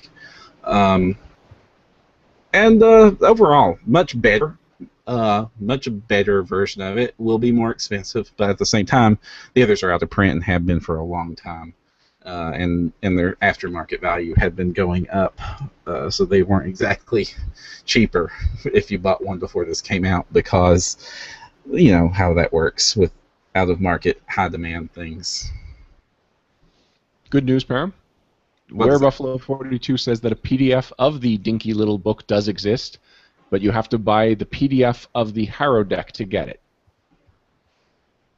Oh boy. And then bad news, I was just checking the archive of Nethys, and while they have all of the in-game options, they have all the archetypes, the Magus Arcana, the equipment, the feats, whatever, they actually don't have the rules for doing a harrowing on the site. But how do you even do that? I'm sorry. This is like less obvious. Oh, okay. On the new Harrow deck, they don't have the PDF for download. Because I wasn't aware that you could get PDFs of the cards because there's nowhere on the site to purchase them that way. But if you go back to the old Harrow deck, you can download that book as a PDF. So that's good. But the link for that PDF download is only on the old Harrow cards page right now. It's not on the new ones. So thank you for pointing out that it's available. And that alleviates some of my complaints about the book, because now you can actually at least get it. But nowhere in this book does it tell you that you can get the rules for how to do a harrowing on the website, or even it doesn't even tell you that you can get the rules for doing a harrowing in the Harrow deck. So you would have to know that. It does say that you recommends you get a Harrow deck, but it doesn't tell you exactly why. It does say that you can use a regular deck of playing cards to do a harrowing, but then you need to know how. The rules for doing a harrowing. Right. Okay. So you can get the PDF. When I went looking and I saw that the PDF wasn't on the page, I was surprised. So it's on the old page. So my bad, guys. But they should probably make that a lot more visible. Now, Param, we've only got one session left in our Carrion Crown adventure, so I don't think that Kathy will be investing in the fancy version of the Harrow deck. Had we been starting the Harrow Carrion Crown right now, we would totally have invested in that because it is a major mechanic of the adventure path as a whole. But for anyone that's designing a new character based on any of the Harrow deck options, or just any new Harrow-themed character, do you think that the new Harrow deck is worth it? Oh yeah, totally. Like, it should be an automatic purchase if you're doing a Harrow-themed character, period. And I think one of the Harrow decks would be required. If you can still get an old copy of the Harrow deck, it does have. There's some advantages and disadvantages of it. Overall, I think the new Harrow deck, much better quality cards, thematically better. The size is neat that it's an actual tarot card. I think you'll have a better time with it. It is slightly more expensive at $23. The old Harrow deck, though, is easier for gamers to move around. You notice that they got those sleeves. One of our listeners, Matt, I think it was Matthew Wayne Stinson. I apologize to heck and ever if I got the person who told me that wrong. So I'm not sure. Not off the top of my head. It gave me a link to where I could buy those, and I had to order them from Fantasy Flight because that's a non-standard size to get card sleeves for. Your game store's not going to have those in stock. But they will have these. And now that I have them in sleeves, I'm running into the problem. Well, I would have run into this problem anyway, is to what do I store this thing in now to make it easier for me to carry to and from the game table? And the answer is there is not a good answer for that yet. I'm thinking of doing like you would store tarot cards and say like a cloth bag or in one of the tarot card boxes, but those are meant to hold tarot cards, not tarot cards in sleeves that make them 50% bigger and stand up 50% bigger. And because it is such an expensive piece, and finding replacement cards is not something that's going to happen easily. And who knows when they're going to stop a print run on this one, it becomes just as hard to get as the last one. You do want to take the precautions to protect it. So overall, I say definitely grab the new one. Grab a Harrow deck, period, if you're going to play with this book, though. Because doing it with playing cards, what could work is if you are artistically inclined, make your own, because it does give you all the resources that you would need to make your own Harrow deck, because that would be a very cool personal thing to have. That's also an option. But get your hands on a real Harrow deck in some fashion, and I do recommend the new one over the old one. If you wanted to do a thematic way of storing them, the book has the Harrow Carrying Case, which is a small dark wood case containing a recessed area to hold a Harrow deck. So it doesn't actually give dimensions, Param. If you can get your hand on wood that can substitute for dark wood, perhaps that's a good option for you. I was going to go to our local New Age store because they carry tarot cards and all the accessories for said tarot Mhm. cards. But they went out of business this Oh, month, bummer. so they're no longer open. So I was like, no. But at the same time, yeah, I probably just Amazon a box. But the problem is I don't want to order one because I need to make sure it fits first. Well, that's what rulers are for.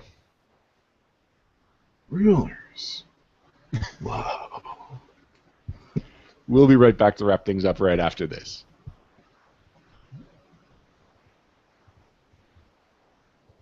Thank you for joining us for episode 90 of No Direction, the Pathfinder News, Reviews, and Interviews podcast. Before we go, we just want to bring some things to your attention, starting with Harrow Month. We've been talking about it throughout this episode. We are super excited about all things Harrow right now. And even though we've got some big convention coming out with a lot of news, we still wanted to dedicate all of the month of August to this one theme, and that would be Harrow Month. So we've already started off with a lot of blog posts, such as Alex Agunas talking about prophecies. So how do you do a prophecy when you're not writing fiction, when a role-playing game plays out in real time?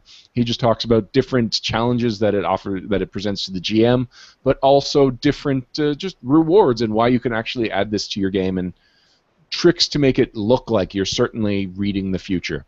He also is doing a series of iconic designs, starting with Gambit, which, as the cover shows, is one of the most obvious inspirations that you can get from the rules in the Harrow handbook, and of course the Harrow handbook does deliver with the Deadly Dealer feat. We're also going to do 2 Private Sanctuary episodes this month. Private Sanctuary 245 is going to be on Harrow Flavor. It's going to be with Kathy Dolan, released August 11th, which means I got to record that this weekend, I guess. I got to call Kathy. And then Private Sanctuary episode 246, which is already recorded, is Harrow Crunch with Alex Agunas, and it will be releasing August 25th. Will probably be the last Harrow-related thing that we're going to be releasing. We're also going to be doing Gen Con coverage. PaizoCon coverage is coming to a close soon. Hopefully we're done covering PaizoCon before Gen Con starts. I was editing some video today, and that takes longer than I anticipated. But PaizoCon coverage is going to continue, and then within a couple of days of Gen Con being over, we're going to start uploading the Gen Con coverage, which, Param, how much Gen Con coverage do you predict there being? I predict that it won't be as much as PaizoCon coverage. Well, first, because there's just more to cover at PaizoCon, and secondly, because you covered almost all of it. But I believe at about 8 to 10 sessions will be recorded. I'm going to try to get them all on video if possible. Oh, sorry, I gave you a thumbs up, but it wasn't on screen, so you might not. And also, thumbs up don't work on podcasts. Doesn't it? That was the sound of my thumb launching up. Oh, all right. And related to, and also to shout out, related to an earlier bit in the news items, Wes Schneider. Snyder. Gosh, why can't I am having a brain dead episode tonight, guys. But Wes Snyder has released a blog post containing what he outlines are 50 LGBT characters that appear in Pathfinder in various forms or another, going up from iconics and, of course, not including, because he did this the day before the announcement, as well as in the fiction, the comic books, the role-playing games, going all the way back to issue number 1 of Pathfinder, which had the very first LGBT couple in Pathfinder Adventure Path 1 Burnt Offerings. And I was surprised that there were that many. And then I was also surprised that, hey, wait a minute, I can name half a dozen that aren't even on this list. So those are 50, but there are more than 50 that exist in the game world easily. So I guess it was just 50 that came to the top of his head. So yeah, it served as a good counterpoint of what a diverse world Pathfinder is, and I also think it was tactically significant because of 5th edition's expansion into progressiveness, which I heartily applaud. When they announced the transgendered character, a few people that were not quite aware of Paizo's long-standing ally status in the LGBT community accused them of being Johnny Come Latelys, which is horrifically ironic. So it definitely helps as an example of counterpoint of how long and thoroughly they have committed to equality of all sorts, not just with sexuality. This doesn't cover those topics, but they not just with sexuality, but ethnicity and gender. Gender equality are humongous issues in Pathfinder. Yeah, Wes Schneider's blog has been just great. It's covering a multitude of topics lately. This is just an example of the kind of thing you can find on his blog. And so I recommend not only reading this article, but just checking out his blog on a regular basis and finding out all kinds of cool stuff. We occasionally will link to it on our Facebook page. I just feel bad linking to every single post he makes because it feels like we're just stealing his traffic. We're not stealing it because it links back to his blog, so he gets the traffic. It actually helps when we link because it extends his reach. But we do the same thing to the Pazzo blog almost, so I don't feel bad for it one bit. All right, I take back feeling bad. Everyone check out Wes Schneider's blog. It's wesschneider.tumblr.com, starting with 50 LGBTQ characters in the Pathfinder RPG, which will be linked in the show notes. Oh, and a follow-up, go check out Crystal Frazier's Tumblr blog. Fair warning, not safe for work.